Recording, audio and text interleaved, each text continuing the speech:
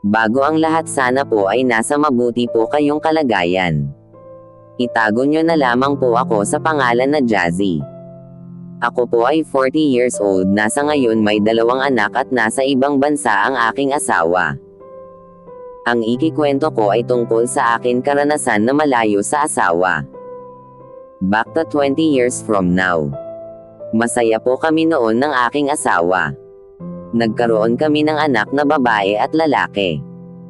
Ang aking asawa noon ay dito pa sa Pinas nagtatrabaho. Sa isang malaking company sa Manila, lagi siyang umuwi sa bahay. Sa madaling salita, happy family kami, kasi lagi kami magkasama. Isang araw, dahil siguro sa masipag ang aking asawa, siya ang napiling ipadala ng company sa ibang bansa sa Hong Kong.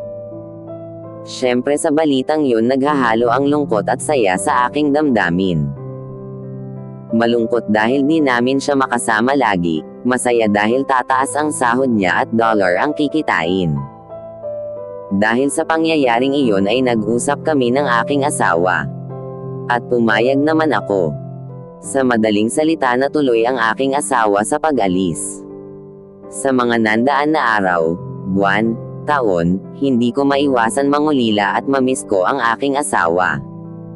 Sa mga nagdaan mga araw, marami na din ako nakilala na mga kapitbahay. At dahil lagi kami nagkakausap sa labas, naging ka-close friend ko sila. Nang dahil sa kanila nabawasan din ang pangungulila ko sa aking asawa. At paminsan-minsan ay umuwi ako sa aming probinsya, sa Pangasinan. Isang araw sa aking pag-uwi ay nagkita kami ng aking kababatang lalaki. At di maiwasan magkamustahan. Tungkol sa mga buhay-buhay, at syempre dahil sa minsan lang ako nauwi sa probinsya namin. Kinuha ng aking kababata ang aking number. Mga time na yon di pa uso Facebook. TX lang at tawag. Nokia time pa ang cellphone noon. Sa madaling salita, nagtuloy-tuloy na aming palitan ng text. Kahit nasa Pangasinan siya at nasa Manila naman ako. At dahil sa madalas kaming nagpapalitan ng usapan sa text ay nagkapalagayan kami ng loob. At tuwing umuwi ako sa probinsya namin at may nangyayari sa amin ng kababata ko, naglalaro kami ng bahay-bahayan at tago-taguan. Ako ang nanay. At siya naman ang tatay. Yun ay di alam ng asawa ko. Dahil nga siguro sa pangulila ko sa asawa ko, ay nagawa ko ang mga bagay na di dapat mangyari. Di din kami nagtagal ng kababata ko, dahil siguro sa malayo siya at hindi din kami pud magkisama. Kaya natigil ang aming relasyon. At isa pa, nag-asawa na siya. Masaya na din ako.